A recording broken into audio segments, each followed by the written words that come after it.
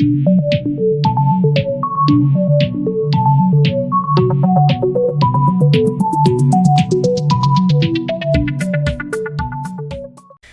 everyone, I hope you're doing well. Welcome to the Thinking Crypto YouTube channel, where we cover the crypto news and we interview many of the folks who are building and investing in the crypto asset class. Please hit the thumbs up button, leave a comment below, and hit the subscribe button if you're new here. Guys, Bitcoin continues to hold at $15,000 price point, which is very good. It looks very bullish, right? Because it has had a lot of volatility moves over the past week when you think about the election and just this morning about the vaccine news. Now, there was some FUD going around that, okay, the vaccine's coming out. That means the crypto market is not going to do well. That is in fact incorrect, because guess what? The money printing will continue. More stimulus is coming. More inflation is coming. So your fiat currencies will be debased, guys. That is what's happening, right? And Bitcoin in the crypto asset class is a hedge against that. Not to mention, it's a new emerging asset class, so it's not like it's hit its peak. It is on the rise, it's maturing, and we are seeing record-breaking demand from institutional investors, such as billionaire investor Stan Druckenmiller, who went on CNBC today and says he owns Bitcoin. Guys, we are seeing a pattern here. Millionaires and billionaires, hedge fund managers, jumping into Bitcoin and crypto. Stanley is an American investor, hedge fund manager, and a philanthropist. And once again, he's a billionaire. And we saw just earlier this week, or I should say last week, Bill Miller went on CNBC and also said he's in Bitcoin and you should buy at the current price.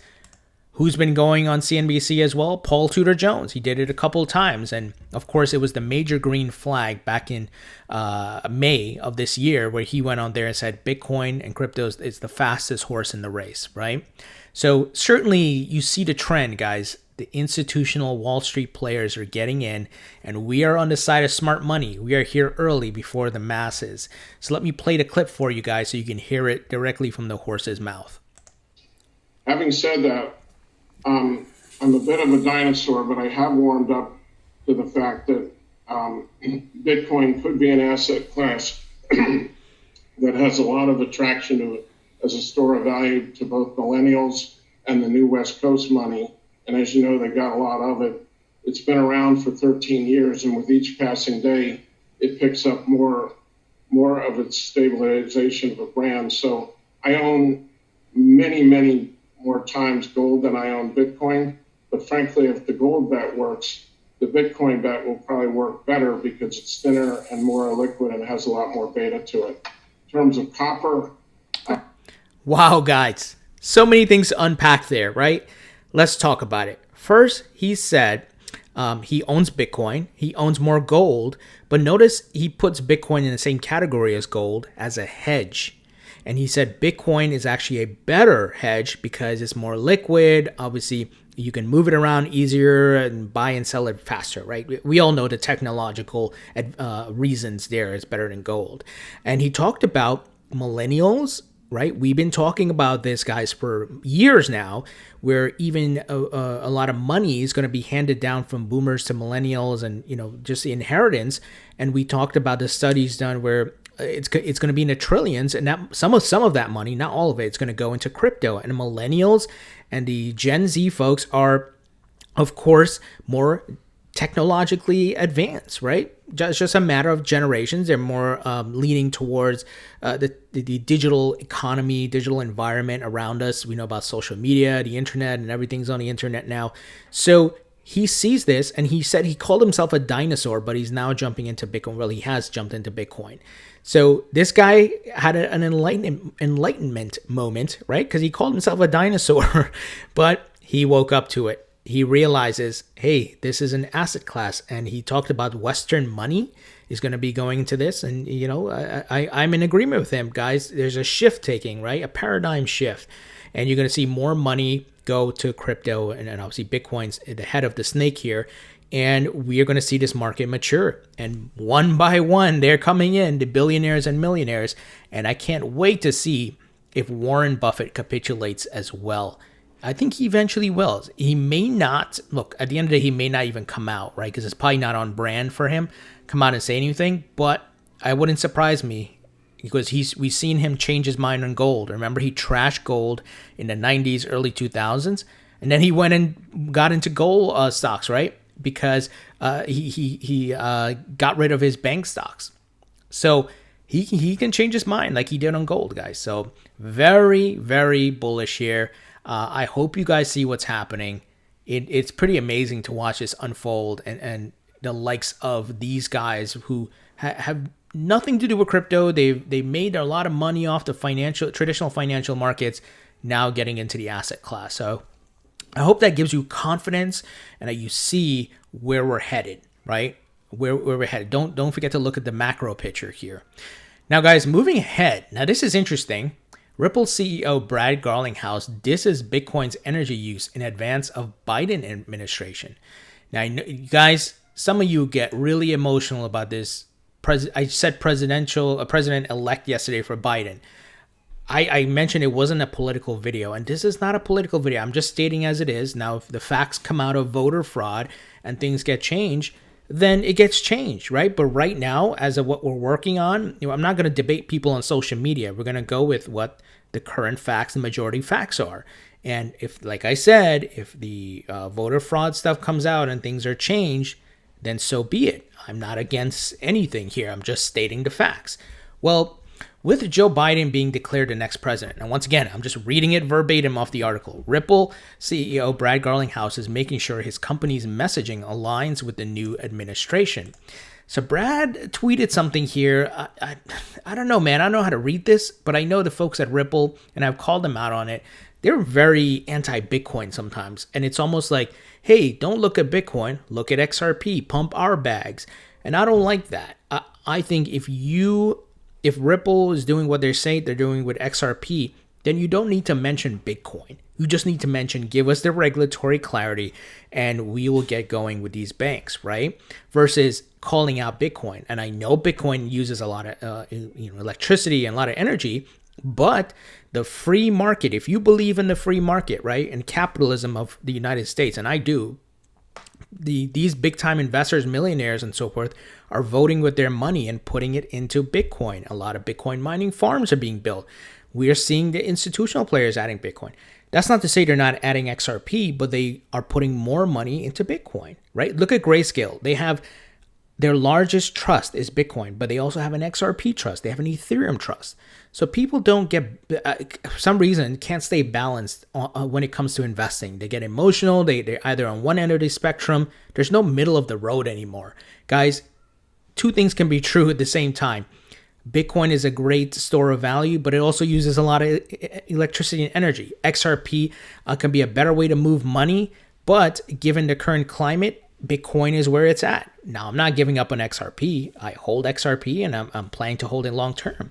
So let me give the details. Ripple CEO Brad Garlinghouse thinks corporations converting cash into Bitcoin could be making a costly mistake as a more environmentally conscious Biden administration takes the White House in January. Now, I don't agree with that.